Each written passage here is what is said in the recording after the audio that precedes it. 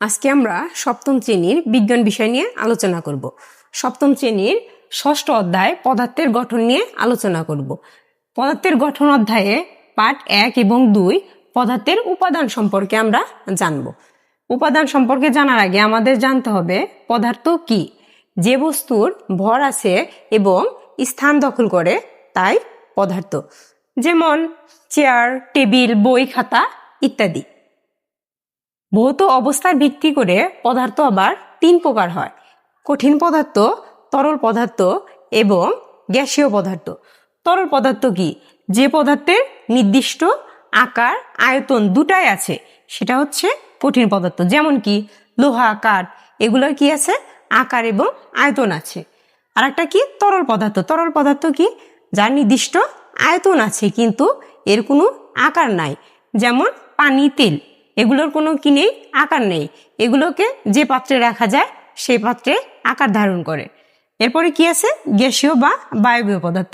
এর কি নেই? নির্দিষ্ট আকার এবং আয়তন কিছুই নেই। যেমন কি বায়ু, অক্সিজেন, কার্বন ডাইঅক্সাইড। উপাদানের উপর ভিত্তি করে পদার্থ আবার 2 প্রকার: 1 মৌলিক পদার্থ, 2 যৌগিক পদার্থ। মৌলিক পদার্থ কাকে বলে? যে সকল পদার্থ একটি মাত্র উপাদান দ্বারা তৈরি তাকে মৌলিক পদার্থ বলে। যেমন কি হাইড্রোজেন আর একটা কি অক্সিজেন। এখানে H2, এখানে 2টা হাইড্রোজেন দ্বারা তৈরি হয়েছে। এখানে O2, এখানে 2টা অক্সিজেন দ্বারা তৈরি হয়েছে কি অক্সিজেন গ্যাস। 2 কি যৌগিক পদার্থ। যৌগিক পদার্থ কাকে বলে? যে সকল পদার্থ একাধিক উপাদান দ্বারা তৈরি তাকে কি যৌগিক পদার্থ বলে। যেমন H2O পানি, CO2 কার্বন ডাইঅক্সাইড। এখানে হাইড্রোজেন এবং অক্সিজেন দ্বারা কি তৈরি হয়েছে? একটা যৌগিক পদার্থ তৈরি হয়েছে। আর এখানে কার্বন এবং অক্সিজেন দ্বারা একটা কি যৌগিক পদার্থ তৈরি হয়েছে। এখানে কি দুইটা উপাদান দ্বারা তৈরি হয়েছে। আর একটা এর বাইরে আর একটা আছে, সেটা হচ্ছে মিশ্র পদার্থ। মৌলিক ও যৌগিক উভয় ধরনের পদার্থ নিয়ে মিশ্র পদার্থ গঠিত হয়। পরমাণু ও অণু। আমরা পরমাণু ও অণু সম্পর্কে জানবো।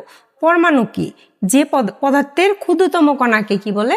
পরমাণু বলে। যেমন হাইড্রোজেন ও অক্সিজেন। এখানে হাইড্রোজেনের আছে একটা এবং অক্সিজেন আছে একটা পরমাণু। তারপরে অণু। আমরা অণু শিখবো। অণু কি? 2 বা ততোধিক পরমাণু রাসায়নিকভাবে যুক্ত হয়ে যে ক্ষুদ্র কণা তৈরি করে তাকে কি বলে? অণু বলে। যেমন H2O2, এখানে হাইড্রোজেন আছে কয়টা? 2টা। তাহলে কি 2 বা ততোধিক পরমাণু এখানে যুক্ত হয়েছে। এরকম অক্সিজেন আছে এখানে 2টা মিলা একটা অণু তৈরি করছে। আমরা এই পাঠ থেকে যেসব প্রশ্ন, আমাদের এই পাঠ থেকে যেসব প্রশ্ন হতে পারে: 1 পদার্থ কি? এটা আমরা আগেই শিখেছি পদার্থ কি। তারপরে 2 মৌলিক পদার্থ কি? এটাও আমরা শিখেছি। 3 কি মরিচা কাকে বলে? আমরা এটা শিখিনি, এটা আমরা জানবো মরিচা কাকে বলে। লোহার তৈরি জিনিসপত্র বাইরে রেখে দিলে এর ওপর লালচে বাদামি রঙের একটি আস্তরণ পড়ে, এটাই হচ্ছে মরিচা। 2, 3, 4, 5 যেসব প্রশ্ন হতে পারে: 1 পরমাণু ও অণু কি? আমরা এর আগেই জেনেছি পরমাণু ও অণু কাকে বলে।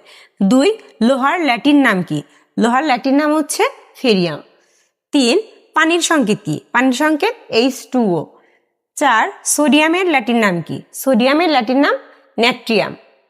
তোমাদের যদি আমার ক্লাসগুলো ভালো লাগে তাহলে তোমরা আমার চ্যানেল ফলো এবং সাবস্ক্রাইব করে